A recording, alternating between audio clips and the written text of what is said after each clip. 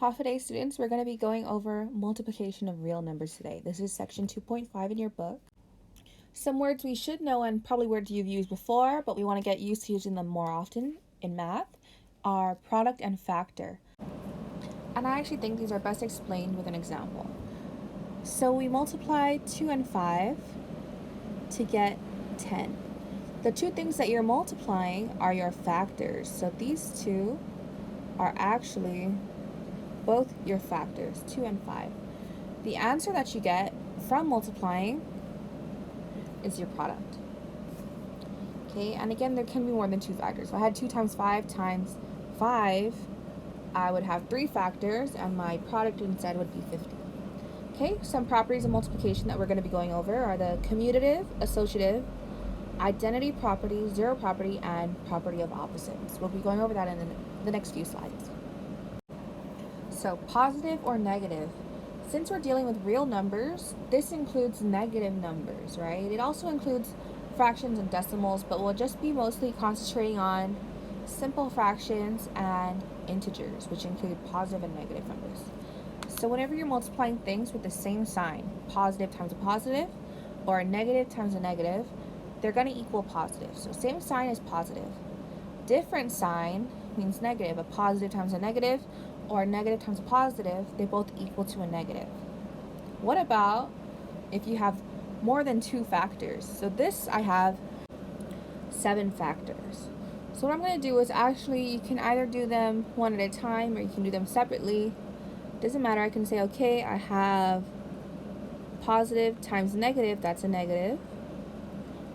I have a negative and a negative, that's a positive. Positive and negative is a negative, and then I just have this leftover negative, right? I'll multiply them again.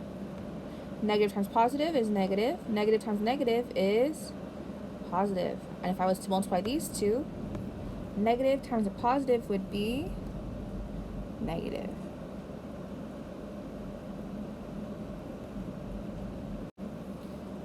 You can also do it by counting how many negatives you have, negative factors.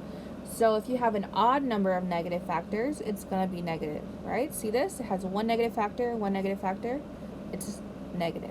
This one has 1, 2, 3, 4, 5 negative factors. That's an odd number.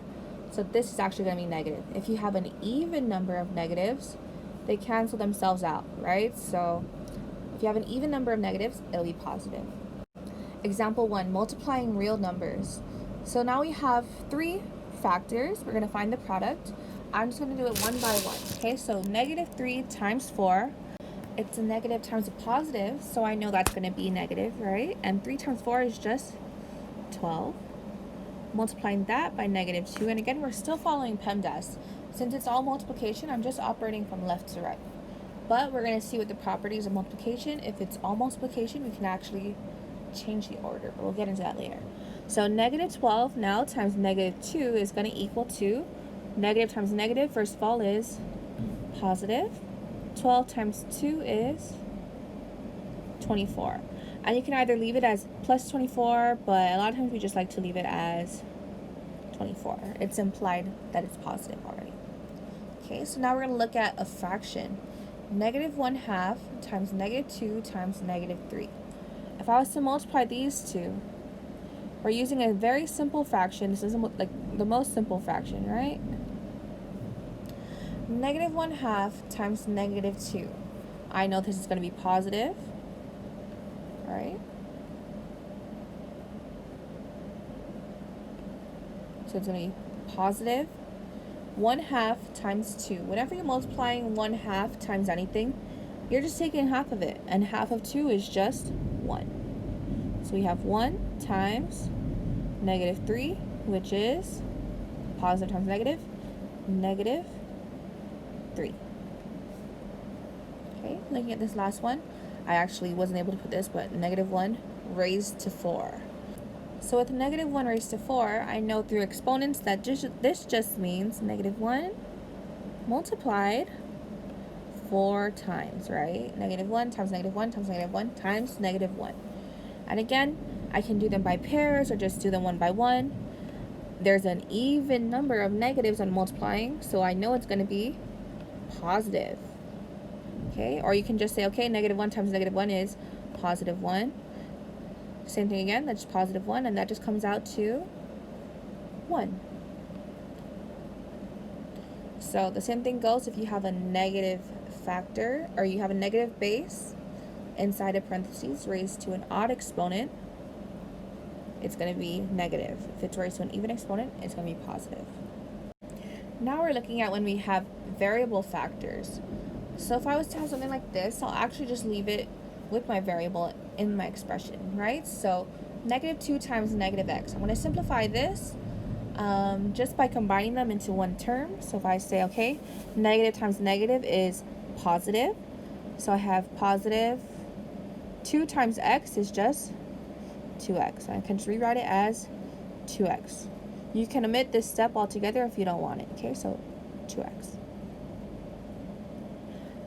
Now we have 3 times -n times -n times -n. If I wanted to simplify this, I actually might want to write it in exponential form.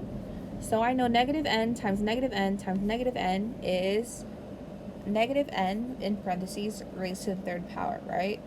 But it might be nice to not have that negative inside there. So I can think, okay, negative times negative is positive, times negative again is going to be negative, right? So this entire thing is actually going to come out to be negative 3n raised to 3.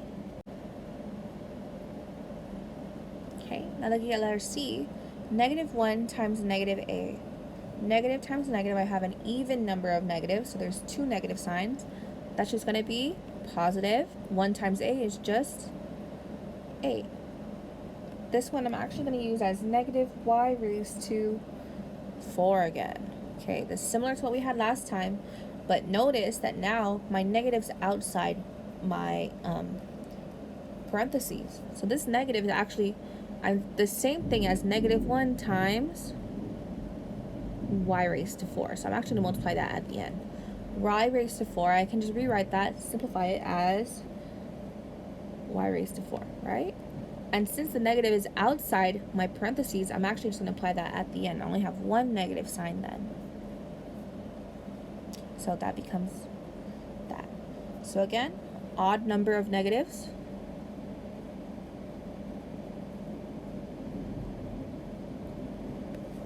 Of negative signs. When you're multiplying, that's going to give you negative, right? It's going to be positive when we have an even number of negative signs. Now we're going to look at some of the properties of multiplication. I know you've heard this in middle school, but we'll just try to remind ourselves again, okay? So commutative property, it states that the order in which two numbers are multiplied does not change the product. So order, right? So this says that order doesn't matter. So if I had A times B, that's the same as B times A. So if I had 3 times 5, that's equal to 5 times 3, right? So order doesn't matter. If I had this, and this is the same as if it's like negative. So negative 3 times 5 is the same as 5 times negative 3. Associative property deals with grouping. So the way you group three numbers when multiplying does not change the product. So if I were to have A times B times C, that's the same as doing, for example, A times B times C. So if I had 2 times negative 3 times 2 times 5, that's the same as negative 3 times 2 times 5. So you can see that it's true because negative 3 times 2 is negative 6 times 5 is negative 30. 2 times 5 on the other side is 10 times negative 3 is negative 30. Grouping does not matter. I mean, it does matter, but it doesn't affect the product. Identity property. This just states that any number times 1 is the same number. So 1 times A is A. So negative 4 times 1 is negative 4. Identity property. It doesn't matter. Anything that you multiply by 1 is the same number. It is identity. Zero property, you can kind of guess. Anything times 0 is 0, right? So anything. Negative 200 times 0 is 0. Doesn't matter if it's positive or negative. Okay, property of opposites. This states that the product of a number and -1 is the opposite of that number. So a times -1 equals -a. So if I was to say 15 times -1, that's -15, right? And it's the same way the other way around. -20 times -1 is +20. So you see that that's our opposites, right? The positive and the negative. For example 3, we're going to go into evaluating variable expressions. We always connect it back to our earlier sections. Whenever evaluating a variable expression, our first step is always to plug in our value, right, for our variable. So now I'm going to plug in -5 for x. So I'm going to start with -4 times 6 times -5. Okay, you can put it in parentheses there if you want. Okay, so we have -5 times 6 is going to be -30. We have a negative times a positive is -30. -30 times -4 is negative times negative is positive 120. Looking at letter B, you'll notice that we have a negative x there, and we'll go over what to do with there. First thing I'm going to do is plug it in. I want to keep it in parentheses though. So we have -9 times -5 times -2. Okay. From there, I want to look at this -5. This is essentially -1 times -5. And because of the property of opposites, this actually tells me that if I multiply any number by -1, it's going to give me the opposite of that number, right? So -1 times -5 is just +5. So I'm just actually going to rewrite this again times +5 times -2. So -9 times 5 and times -2. I could do this from left to right. It's a little bit more difficult. An easier way to do it might be to multiply 5 and -2 first. And we can do this because of the commutative and associative properties of multiplication that we just went over. So I want to actually multiply 5 and -2 first. That becomes -10 times -9, which is very easy to multiply. -9 times -10 is positive 90. Okay, so but if you are more comfortable with working from left to right, go ahead and do that. That's 100% correct too. Okay, our second to the last example here. A flying squirrel descends from a tree with a velocity of -6 feet per second. Find its vertical displacement in 3.5 seconds. And we're given a formula for vertical displacement. This is essentially the same formula that we've been using before, where we said speed is equal to distance over time. So now it's just, instead of solving for speed, it's solved for our distance, which is actually just our vertical displacement. You'll notice that we will get a negative number. The thing with displacement, it deals with positive and negatives, even though we don't have negative distances. The negative gives us a sense that the displacement is down, right? So the squirrel's not falling up, it's falling down. So the first thing we'll do is just underline everything that's important in this problem. So we have a velocity of -6 feet per second. So you can call that V. Its time is 3.5 seconds. We'll call that T. And I'm looking for the vertical displacement. We already have a V, so we'll actually just call that D. Okay, so displacement. Looking for our displacement. So next we'll identify our variables and their values, if any. So V is actually equal to -6.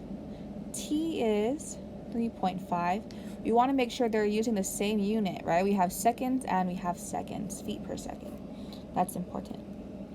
Okay, next we're looking at distance we're looking for. So what we're going to do is write out our formula using our variables. So displacement is equal to velocity times time. Next, I'll input whatever given values I have. So I have a value for v and t.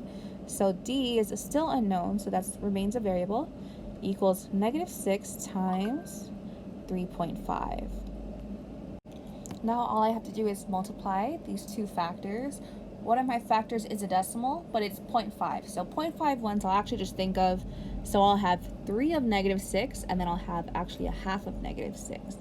So I can say, okay, 3 of -6 is -18, right? And then half of -6 is -3. And adding those together, I actually have -21. Of course, you could always do your multiplication on the side like this, 3.5 times -6.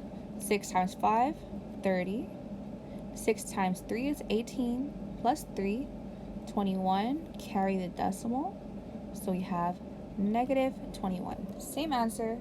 Whichever way you get there, that's fine. Just get there. Okay, now that I found my answer, my displacement is -21. So I could answer the question by saying the squirrel had a displacement of -21 feet, or I can say that the squirrel moved down 21 feet. This negative just tells me that it's a downward motion. Just again, we're going to try to interpret what we have into real life. Okay, last example. Thank you for bearing with me. Another application. So we have a grocery store selling pints of strawberries in baskets. They're called loss leaders, which means that they're selling them at a loss. They're selling them for less money than they cost. And the reason they do this is that they want to have maybe a special or a sale. Even though they're losing money on strawberries, it attracts people to the store so that they can actually buy more things, which are going to give them some profit, right? So they hope that it makes up with the other things that they're selling. Okay, so the store loses 17 cents per pint of strawberries. How much will the store lose if it sells 3,450 pints? So they're all in pints, so I'm okay with that. First thing I'm going to do is underline the important things. 17 cents per pint. We have 3,450 pints. And how much will the store lose? So if they lose a certain amount per pint, it makes sense that we're actually going to just multiply this, right? So the number of pints sold by the loss per pint to find the total loss, okay? So our loss per pint is 17 cents. So since I'm actually losing that, I'm going to interpret it as a negative. So I'm going to talk about negative 0.17 times 3,450 pints. And this is going to come out to, using a calculator, and we're now dealing with bigger numbers, this comes out to -586.50. Okay, so when you have something like this, it's a negative number, right? That just indicates to me that it actually is a loss. So they lose